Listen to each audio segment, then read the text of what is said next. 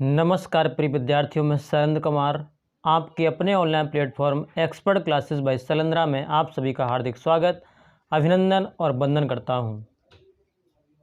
आज हम आप सभी के लिए हिंदी में रस की क्लास लेकर आया हूं, तो आइए सीधे लेकर चलता हूं क्लास की ओर बिना टाइम वेस्ट किए हुए। तो हेडिंग बनाएंगे रस।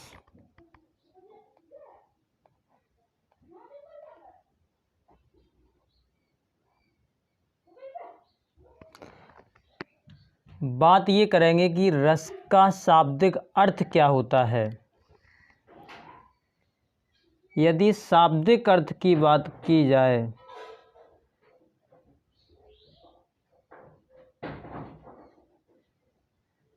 तो इसका शाब्दिक अर्थ होता है आनंद।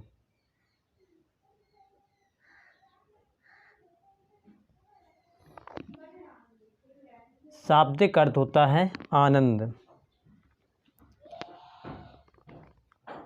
इसकी देखिए, हम आपको परिभाषा में बांधना नहीं चाहते हैं, क्योंकि परिभाषाएं अब नहीं आती हैं, तो हम सीधे जो मुख्य तथ्य हैं उन पर बात करते हैं।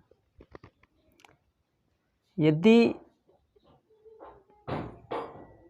परिभाषा के अनुसार बात की जाए तो इसका अर्थ होता है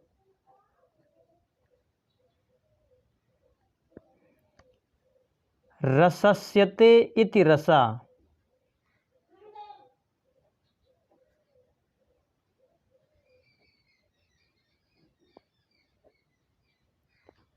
रसस्यते इति रसा।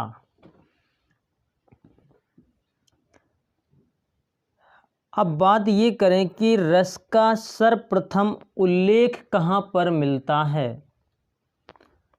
रस का सर्वप्रथम उल्लेख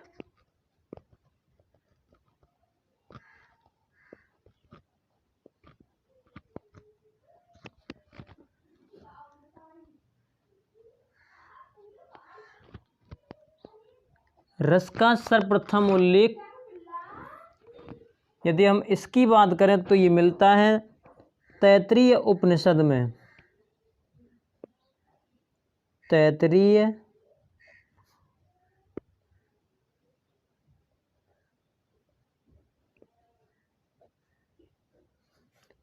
रस शब्द का उल्लेख सर्वप्रथम कहाँ पर मिला? तैत्तिरीय उपनिषद में।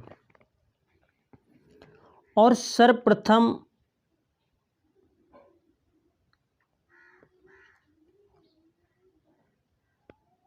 आचार्य भरत मुनि के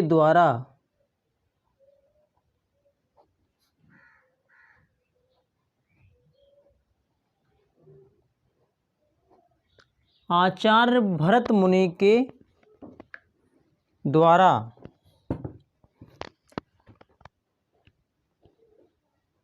इनकी ग्रंथ का नाम है नाट्यशास्त्र।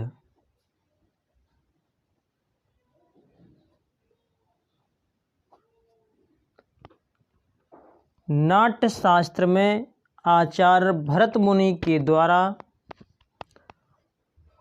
8 रसों की चर्चा की गई है।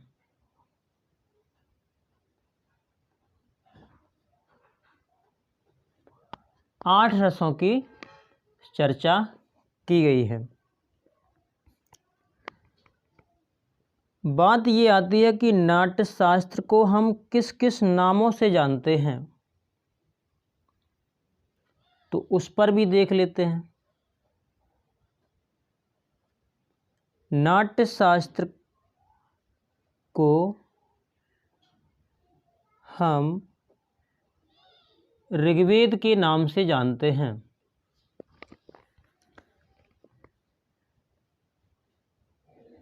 सामवेद के नाम से भी जानते हैं। और इसका एक और नाम है पंचम वेद। इसके नाम से भी इसे हम जानते हैं।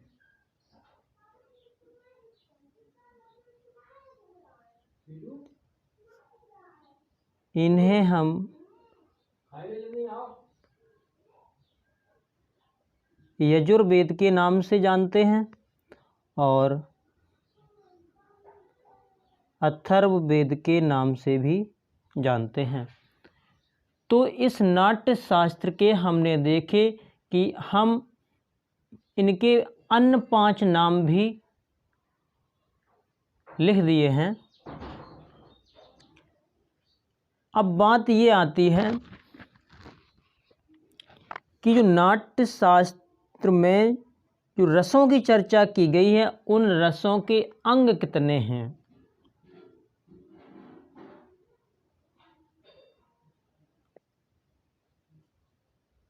तो जो रस के अंग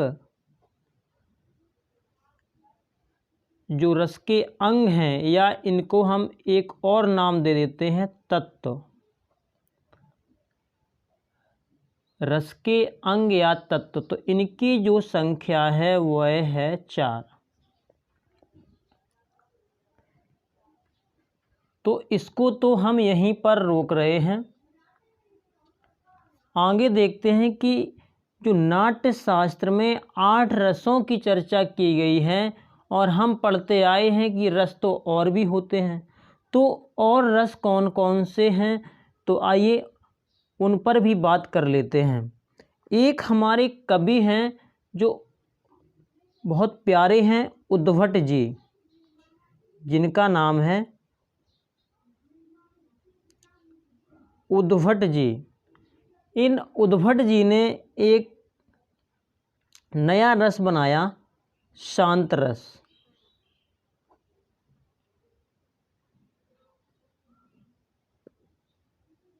इस रस को इन्होंने 9वां रस कहा। 9वां रस। एक हमारे और विद्वान हुए हैं जिनका नाम है विश्वनाथ।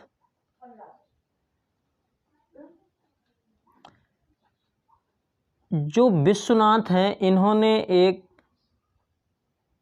नया रस निकाला जिसको हम वात्सल रस कहते हैं।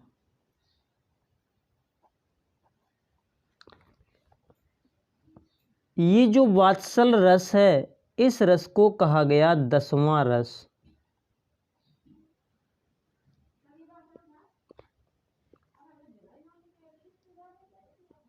एक हमारे और महान विद्वान हुए हैं जिनका नाम है रूप गोस्वामी।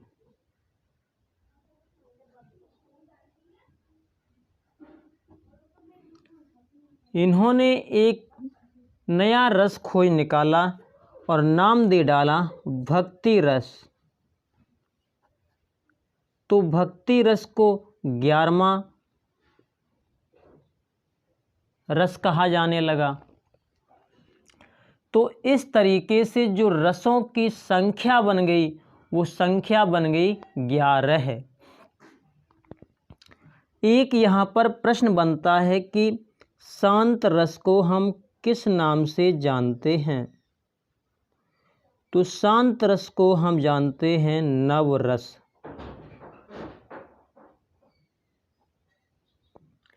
शांत रस को 9 रस की संज्ञा दी जाती है। इतनी बात आप भली भांति समझ गए होंगे। अब बात करते हैं कि जो रस के अंग हमने बताए हैं, या हम इसको तत्व बोलें, जो तत्व बताए हैं वो हैं 4। तो जो ये रस के अंग हैं 4, ये आचार्य भरत मुनि के अनुसार हैं। इस बात को आप भली भांति याद रखना। ये प्रश्न यहाँ से बनता है कि जो रस के अंग हैं 4, वह किसके अनुसार हैं। तो आंसर जाएगा आचार्य भरत मुनि के अनुसार। उन्होंने एक रस के अंग के संबंध में एक बहुत अच्छी परिभाषा दी है। आइए उस पर बात करते हैं।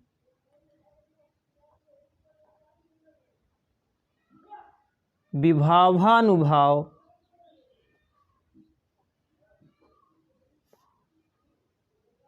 व्यभिचारी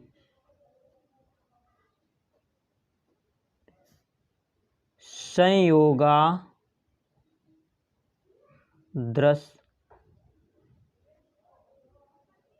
निष्पत्ति।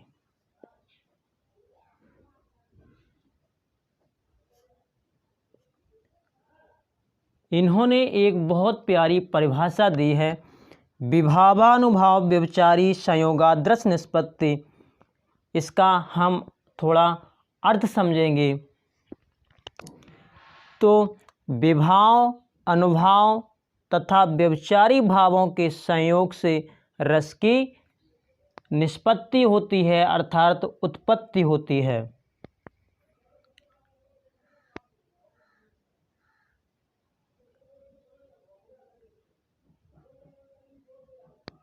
इतनी बात आप भली भांति समझ गए होंगे। तो यहाँ पर जो रस के अंग हैं वो 4 हैं। देखिए कौन कौन से। यहाँ से निकल कर आता है विभाव, यहाँ से निकल कर आता है अनुभाव, और यहाँ से निकल कर आता है व्यभिचारी भाव। तो भरत मुनि ने बताया है कि रस के अंग 4 होते हैं, लेकिन इनकी जो परिभाषा है वह तो 3 निकालती है। तो एक जो अंग है वह कौन सा है? तो वह हमारा है स्थायी भाव। हम यहाँ पर लिखे दे रहे हैं स्थायी भाव। तो ये रस के अंग हैं जो 4 हैं। यहाँ पर प्रश्न ये बनता है कि भरत मुनि के अनुसार जो परिभाषा दी गई है उसमें कौन सा भाव दर्शाया नहीं गया है? तो वह हमारा है स्थायी भाव। लेकिन यही जो स्थायी भाव है, ये जो स्थायी भाव है ये हमारा है प्रधान भाव। ये हमारा है प्रधान भाव।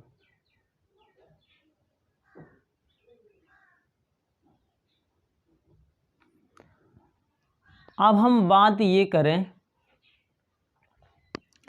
कि इनकी संख्या कितनी है। तो हमने देखे हैं कि जितने रस होते हैं उतने ही स्थायी भाव होते हैं। तो हमने रसों की संख्या तो 11 देखी। तो ये बात हम याद रखेंगे। लेकिन भरत मुनि के अनुसार 8 रसों की संख्या दी गई है और उद्भट जी के अनुसार 9 रस बताए गए हैं। तो एक तो है संख्या 9 और एक है 11। अगर ये पूछ ली जाए कि प्रश्न में 9 और 11 यदि दोनों दे दिए जाते हैं और फिर ये पूछ लिया जाता है कि स्थायी भावों की संख्या कितनी है, तो हमारा जो आंसर जाएगा वो जाएगा 9 के साथ।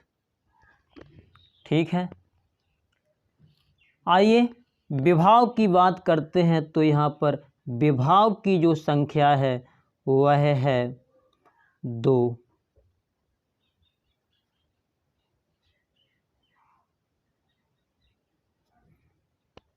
विभाव की संख्या है 2। यदि हम अनुभाव की बात करते हैं तो अनुभाव की संख्या है हमारी 4। और व्यभिचारी भाव की यदि बात करें तो व्यभिचारी भाव की संख्या होती है हमारी 33। एक बात यहाँ पर और बता दें, इस व्यभिचारी भाव को ही हम संचारी भाव के नाम से जानते हैं।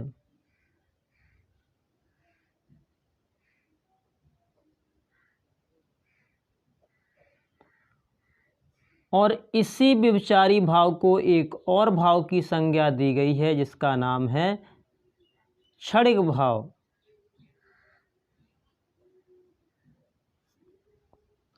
ये बात आप भली भांति याद रखना। आइए आगे देखते हैं।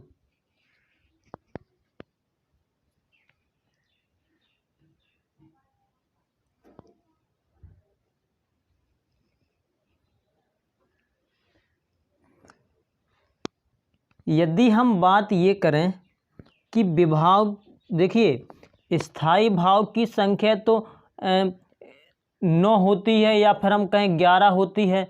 तो सबसे पहले हम ये जान लेते हैं कि हमारे स्थायी भाव कौन कौन से हैं। तो स्थायी भाव जानने के लिए आप अगली क्लास में